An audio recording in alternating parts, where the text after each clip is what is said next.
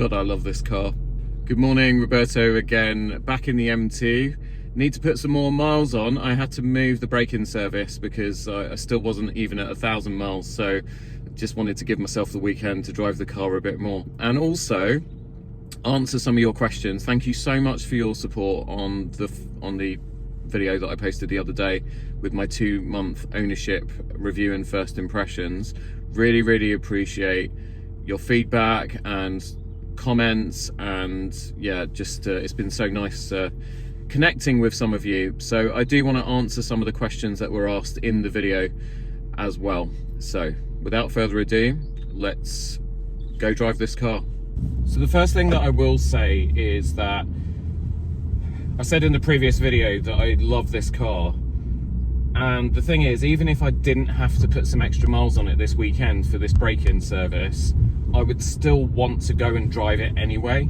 And that's the difference for me personally between this and the GR Supra that I had before it. The GR Supra would just sit there and look really pretty, and I did enjoy driving it when I drove it, but it wasn't something that I would make a choice to drive unless I was going on a longer drive. I'd always take the Supra. If I was going somewhere, you know, for a special occasion, I would take the Supra, but it wasn't something that I would just use daily. I did have the Mini as well. You know, for just day-to-day stuff, given the choice, I would always take the Mini John Cooper Works. The reason why I got rid of the Mini is because the first time I drove this, I could just see that there was no chance with the choice of the two cars that I was ever going to drive the Mini, just because of the all-roundedness of this new M2. It's, as I've said before, it's a great size for me personally. It's basically a 2-door M2. I believe it's a similar size to the original 2-door M2. Well, I don't know original, but I think there was a 2-door M2, 2-door M3 that was out in the 2000s or the 90s. One of you correct me in the comments and give me some M3 2-door history. But I believe from what I've seen that this car is a similar size to that one, which would be perfect for me. I don't really like 4-door cars, and we've got a 4-door car in the household. We've got my wife's Hyundai Ioniq 6, which I am going to review if anyone is actually interested in that. It's actually a very nice EV if you're into EVs and they're your thing.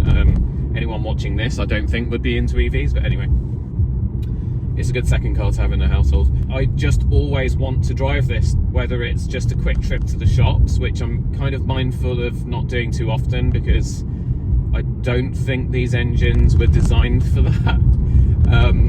And then obviously doing just a longer drive.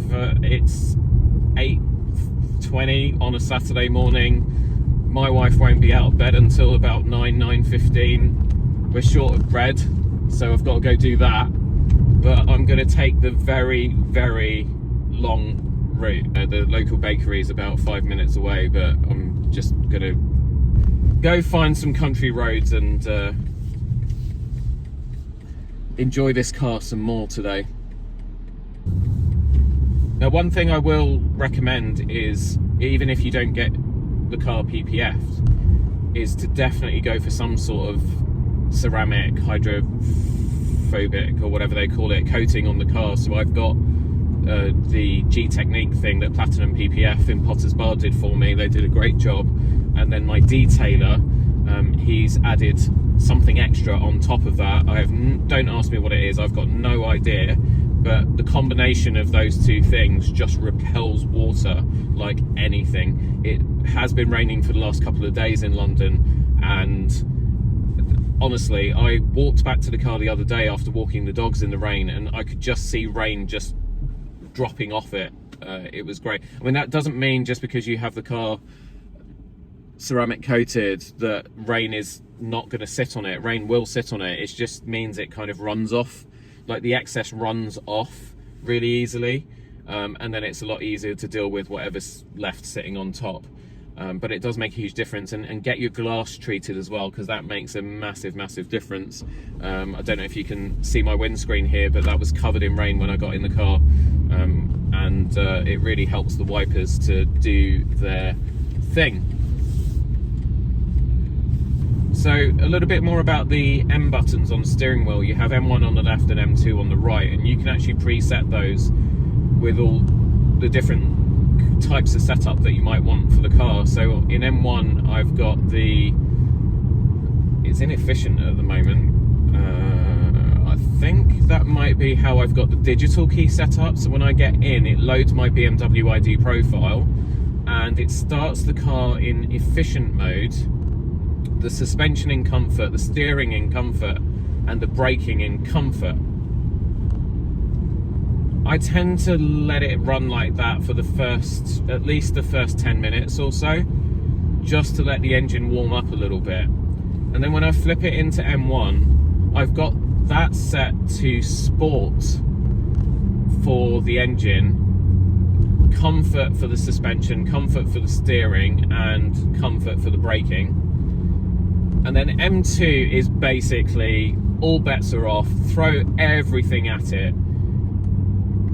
When I hit that there, it doesn't actually activate it immediately like it does with the M1 button. Comes up with a message saying M2 activation, restricted driving stabilization, steering intervention will be deactivated. Never see that as a bad thing.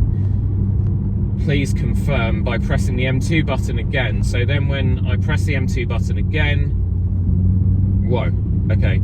So traction control is off. That irritating steering kind of thing that it does where it guides you into the lane turns off. You can turn that off in the settings. It's just a bit irritating that you have to do that every time you get in the car.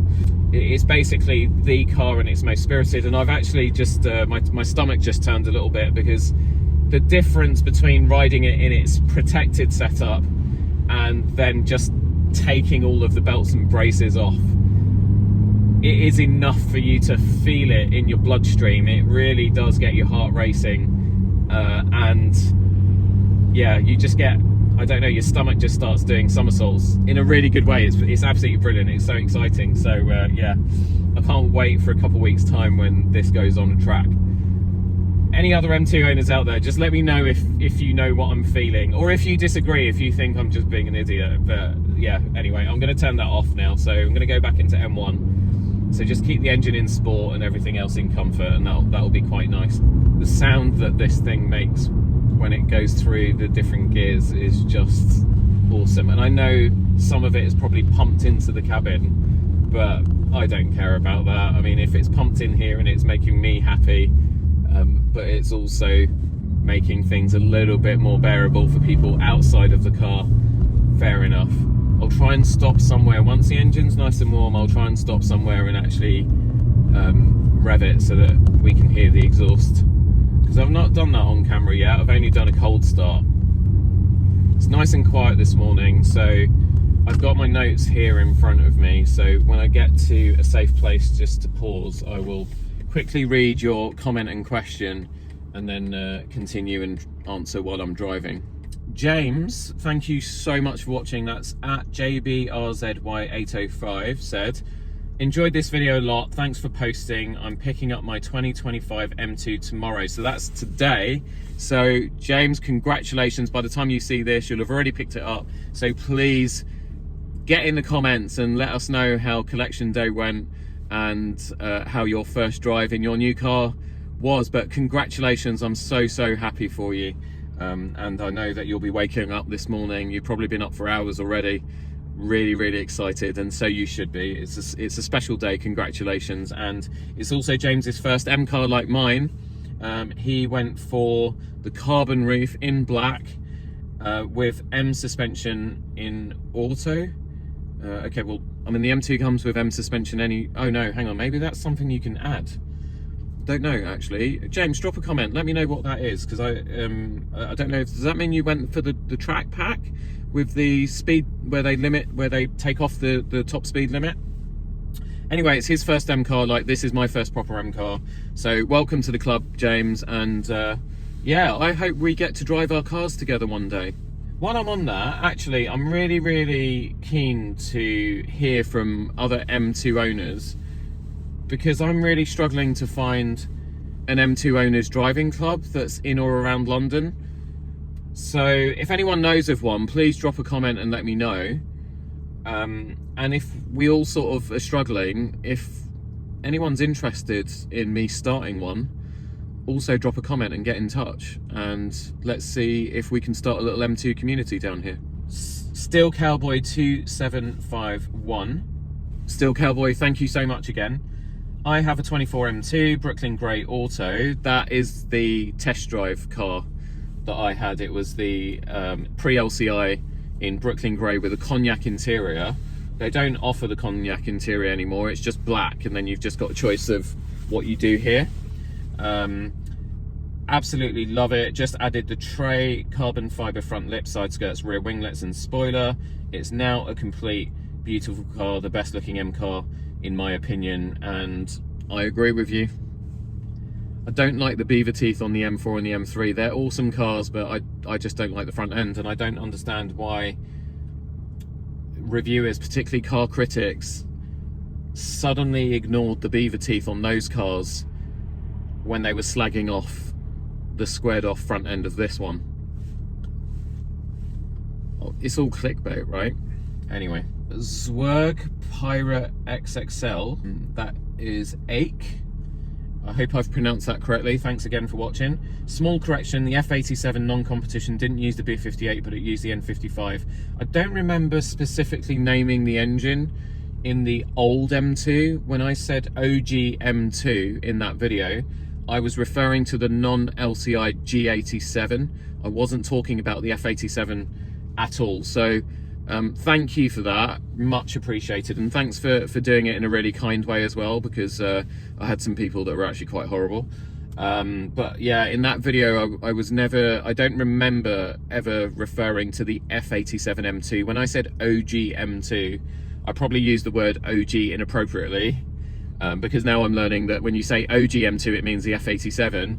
When I said OG M2 in my head, it meant the pre-LCI version of this car. So apologies for that, but thank you for the information. It's very interesting, and it will come in handy when I shoot with Trevor of Rolling Slow Media, and check out his channel, by the way. And he has got the OG M2 F87, so we're going to be doing a comparison between the two. I will make sure I do my homework for that one as well. At Noble Azure, thank you so much for watching. At Noble Azure said, did you lower your car? Did I miss that? And the answer is I didn't. So I put the front spoiler, no, sorry, what do you call it? I put the front splitter, the rear side skirts and the rear diffuser. They're all new, but I didn't lower the car, and there's a couple of reasons for that. The first reason is that I was already spending so much money with the carbon body kit. I didn't want to, my God, BMW drivers are wankers. I seem to be the only one that uses my indicators and just stops for people considerately. So yeah, so the first reason is that I just spent a ton of money already on modding this car with the carbon and everything. That carbon fibre is so bloody expensive, and that was the first reason. The second reason was that it's a brand new car. I don't know how it's going to behave. Sorry, I missed my turning earlier, so I'm just trying to work out how to get back to where I need to get to. I don't know, if there are going to be any issues. Generally, I've found over the BMWs that I and my wife have owned over the years that they've been very, very reliable cars. So I'm not anticipating any problems, but you just never know. And I just don't want to do any work to this car that will invalidate the warranty, because that would be a very, very expensive disaster if anything should happen and I needed to make a claim.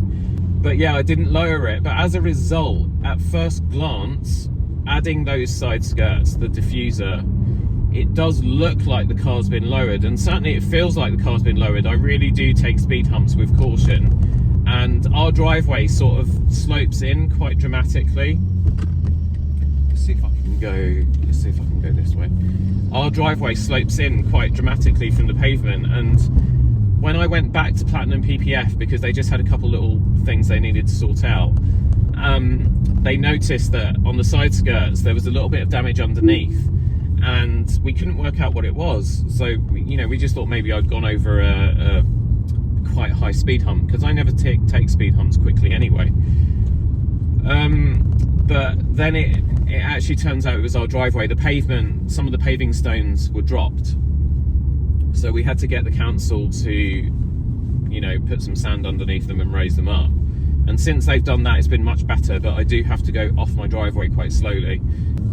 But no, I have not lowered this car, and as much as I would love to, because of where I drive, and just because you end up in areas in London where there are so many flipping speed humps, I don't want to, because I think with the front splitter and these skirts, 10mm lower, which is probably what this car needs, just to fill that gap in the arches a bit more, I think I would end up just damaging the car all the time, and I'd just be getting supercar scrape, which I really, really don't want. I'd just get so paranoid about damage to my car. So yeah, there we go. Long-winded answer to a short question, but no, I haven't lowered it. So you didn't miss anything. Thanks again for your support on the channel. I really, really appreciate you. I don't know if you can hear any of that in the background when it shifts. So good. Stephen, thank you so much for your comment and taking time to watch the video and join in. Stephen says, got the M2 in manual and also came from the Supra. Completely agree with everything you said about the Supra and the M2. The Supra was great fun, but the practicality of the M2 is amazing. Sandweller 4640, picking up my 2025 M2 tomorrow. Full black, carbon fibre roof and interior, red calipers, can't wait. Nice to hear your realistic and refreshing review. Thank you so much. Sandweiler. So you now have had your M2 for 2 days. So if you're watching this, let me know how it's going. How is it? I'd love to see some pictures of it. I don't know how we can do that, because you can't message me on YouTube, but if you Google Roberto Revilla, you'll find my Instagram, etc. Find a way to connect with me. I'd love to see your car. Probably looks a lot like mine, but I've got a sunroof and you've got the carbon fibre roof. I bet it looks absolutely sick, man. So congratulations on that. Eubanks DVDs, thank you for the review. I'm waiting till April before I also buy a G87. Did you consider the wing spoiler rather than the boot lip spoiler? That's a really good question. I ordered this car back in August, and then I must have watched every single G87 M2 video that exists on YouTube. It got to the point where I got through all the English speaking ones, and then I had to watch all of the ones in Korean or Japanese or German, and I was really getting obsessed with what I might want to do to the car straight away. And that was the other thing as well, because I ordered it in August and I got the last build slot that BMW Park Lane had for 2024. So estimated delivery was December 2024. That was when I picked the car up, so it all went according to plan. But it meant that I had 4 months of watching other people's M2s on YouTube, and also having a Google image search and looking on Instagram to see what other G87 owners had done to their cars. I'm just going to use the map because I have no idea where I am. Obviously I was trying to work out where I might, if I might do carbon fiber or just do, like solid black body parts, body mods, whatever you call them. The more and more I sort of looked, the more I started getting into the sort of carbon fiber thing, because I just didn't want it to look tacky, and the M Performance parts are all carbon fiber. I did get a quote from M Performance and it was 15 grand. 15 grand for all the carbon fiber that I wanted, and that wasn't even including installation. It's ridiculous. And I just think by the time you've spent that money, it's a ridiculous amount of money to spend on an M2 as much as I love the car. The good thing about that though is that when you see a 15 grand price, suddenly spending 3 to 3.5 grand seems like an absolute bloody bargain. Apple did that actually. It's an interesting pricing lesson for anyone that's in business. Apple priced that 24 karat or 18 karat gold Apple Watch at 12 grand or whatever, and had celebrities wearing it, and it was the only one that you ever saw when the Apple Watch was first released. And it suddenly made spending £400 to £500 on the Apple Watch an absolute bargain, because an absolute bargain because all their marketing was basically the 12 grand watch. Anyway, yeah, 15 grand then performance on your carbon fiber body kit is ridiculous. I went for CT Carbon's kit in the end. CT Carbon do a really good job of making a kit that just ties in seamlessly with the car. It's really, really well designed. And then when looking at spoilers, I did look at the wing, and there is that part of me that would have loved a wing, but then I just thought, because this car, it is a coupe, but it has got that sort of saloon-y sort of boot. A wing would have looked great on the Supra, but I just thought on this car the kind of lip spoiler was better. But I wanted a bigger lip spoiler than the ones that you see people get off Temu and Amazon, and they stick them on their 320i's, and they colour out the front grille and the M logos, and they stick fake M badges on and stuff. I didn't want it to look like that. So I'm really pleased with the CT Carbon boot spoiler, because it really follows the lines of the car beautifully. Yeah, it's fantastic, and it's, you know, it's a little bit more subtle than driving around with a big bloody wing on your boot. I wanted the car to look aggressive and sporty and have real road presence and look really, you know, just really mean on the road. Like when people see it coming in their rear view, they're like, oh, okay, fair enough.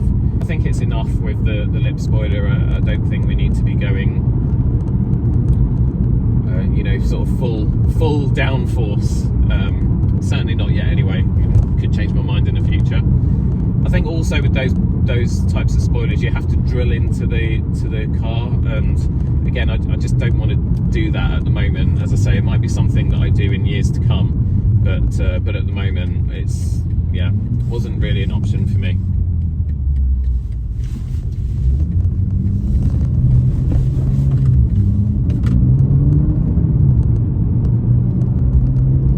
Watch my rev counter here, because apparently I can't go over 6,000 revs until I've had that brake in service, or they recommend that I don't anyway.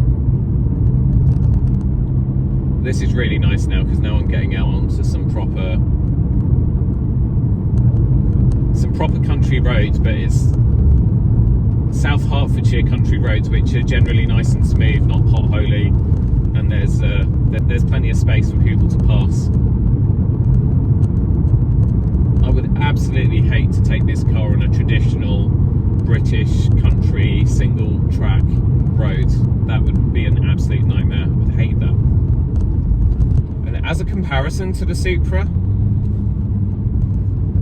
essentially they're both BMWs. The Supra was tuned by Toyota. The Supra was so much fun to drive, and the Supra also was a little bit of an animal, but compared to the M2, the Supra is compliant by comparison. I mean, the M2 is not an uncompliant car, definitely holds the road really, really well, but because there's so much power under the bonnet, it just wants to go. You've got to be so careful in this thing. I mean, you barely need to touch the accelerator and this thing is off. So in terms of driver convenience, the seats, first of all, are very, very comfortable. I didn't go for the carbon buckets. I just went for the standard sport seats, but they're very comfortable. They're heated, they have full adjustment. I can't remember how many ways it is. I think it's about 14 ways. They have you have driver memory positions 1 and 2, and they are remembered as part of your BMW ID. So when you first get the car, you set up a BMW ID, and every time you get into the car with either your key or with your digital pass, which I have on my Apple Watch and I also have on my iPhone, so I don't actually use my keys at all. I never carry them with me. I just use my phone and my watch to unlock and drive my car.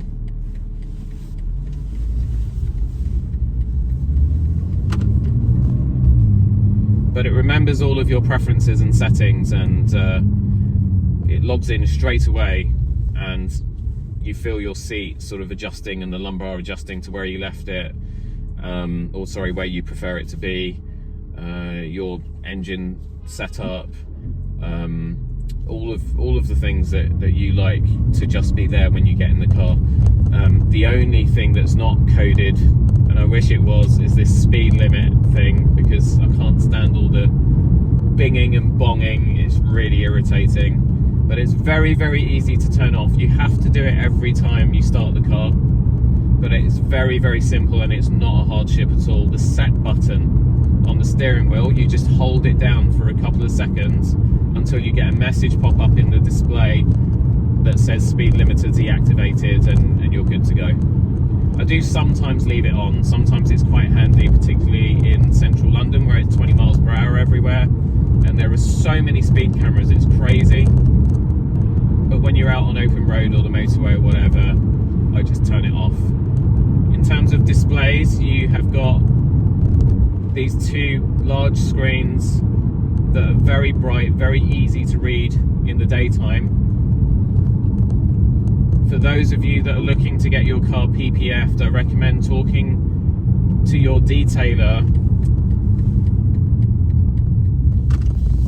about doing what Platinum PPF have done with my dash. So they have a fingerprint resistant anti-glare PPF that they've applied to the screens in my M2, and that means when it's bright and sunny I don't get any reflection. I can always see the displays, and also I don't need to clean my displays constantly because of all the fingerprinting that you do get on these displays. Highly, highly recommended. They did a fantastic job with that, and it was something they just recommended. They were really, really good at suggesting things to me based on me yapping away about things that irritate me when I'm driving or just trying to live with a car. So thank you very much for that, Platinum PPF. So yeah, get your displays coated.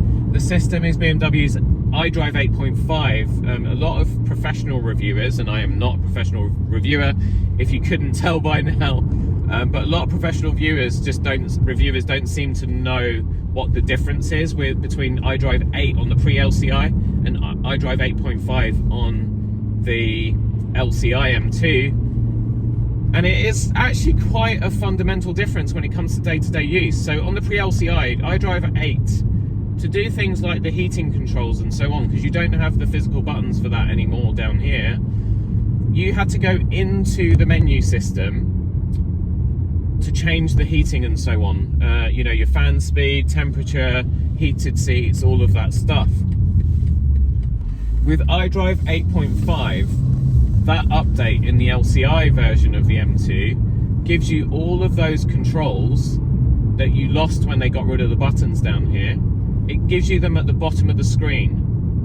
So I can just, with one touch, I don't need to go into the menu system. It doesn't matter what I'm doing. I can change the climate, I can do the heated seats, I can go into the fan speed, I can access the home screen, I can go into the phone call menu, I can go into the Apple CarPlay menu, I can go into the navigation menu, and I can access my media and entertainment. I'm sorry there's no structure to this video. I'm just rambling on, going off on tangents about different things about the car.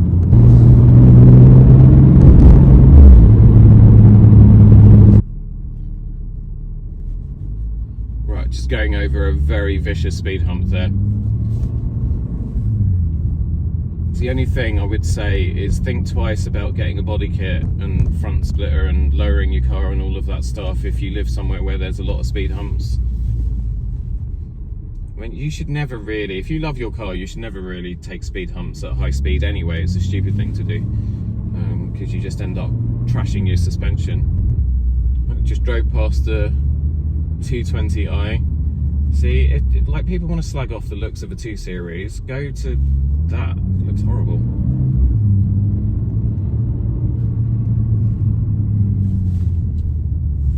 Okay, yeah, A lot of BMW drivers are complete wankers. I'm really sorry to say that, especially the ones in the SUVs. Like they just think they own the bloody road. Do you know what? Actually, that's not fair. It's not BMW drivers. It's types of human.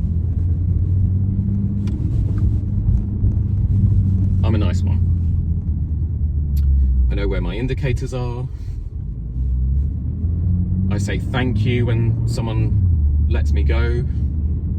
That was the other reason I modded this car, because it does turn heads and people slow down, stop, look at it, and then I actually, you know, get a few more sort of favours. You know, people let me out of junctions and stuff. It's probably not going to happen right now. I've said it.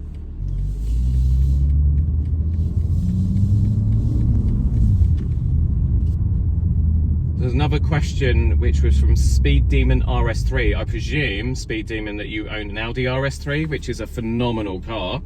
Thank you so much for your support, for watching, and for taking time to ask this question. Have the looks grown on you, or did you like it at first?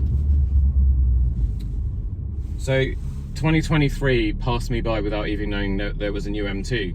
I was busy with my Supra, and then obviously I had the Mini John Cooper works as well. I didn't even realise that there was a new M2. So when I saw it for the first time, my instant reaction wasn't as violent as a lot of these motoring journalists and people that I see in the forums that really hate on this car. I actually quite liked it. I thought it was quite different. Like I say, it sort of reminded me, it looked a little bit retro on the front end. It reminds me of those older BMWs. Honestly, I think the E30, E46, I don't know the numbers, I'm sorry. But it did remind me of some of those older M cars. So it was a bit retro at the front in that respect. And then the back of it with those flared arches just reminded me of the Supra. And I love the rear end of the Supra.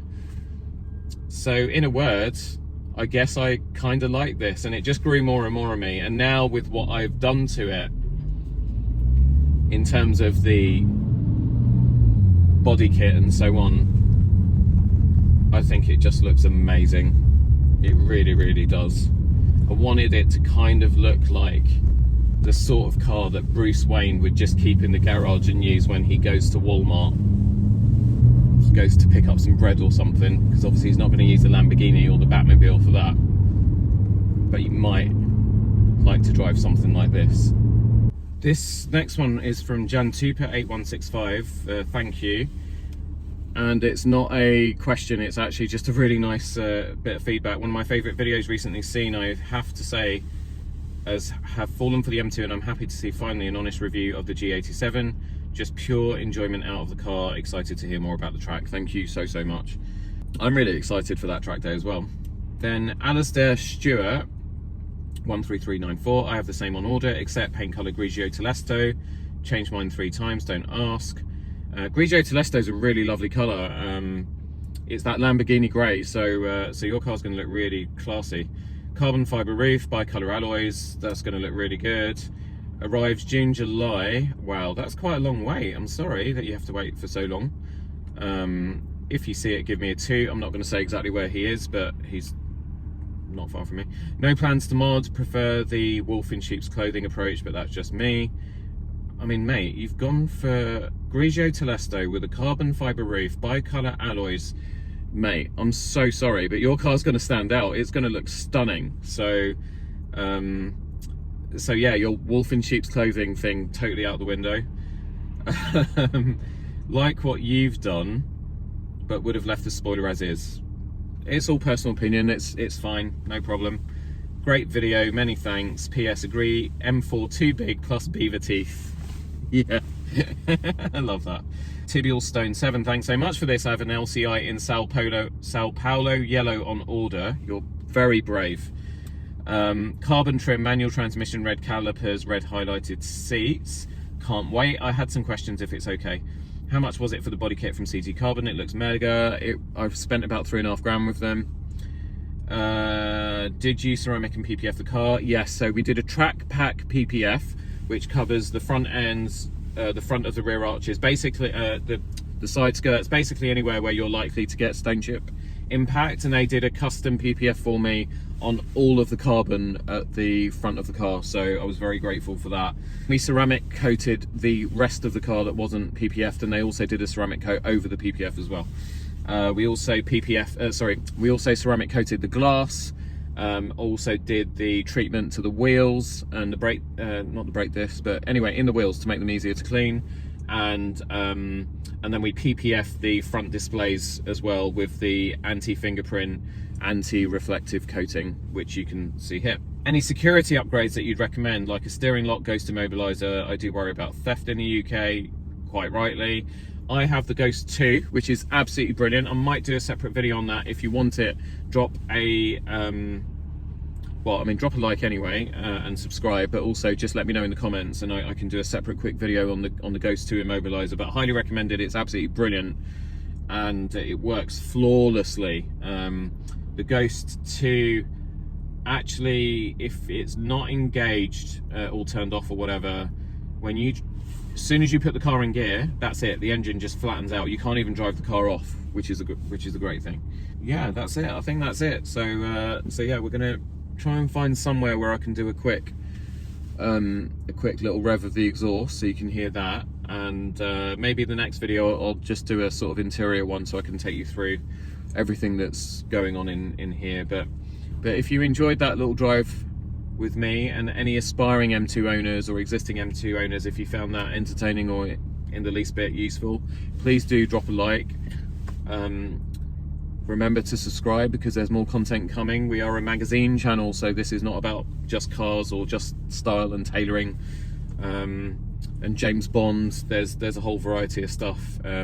John, Alex and I just love getting together and just talking about stuff and sharing it with anyone who wants to listen. So thank you again, and if anyone's got this far and they're just waiting to jump in the comments and be a troll, I'm not a professional car reviewer. I'm just someone that has worked really hard all my life, saved up, finally managed to get a car that I've wanted to own, and having achieved that goal, I'm just enjoying kind of sharing my experience of that with you. So yeah, so please be kind, not just to me but to each other, and I'll see you on the next one.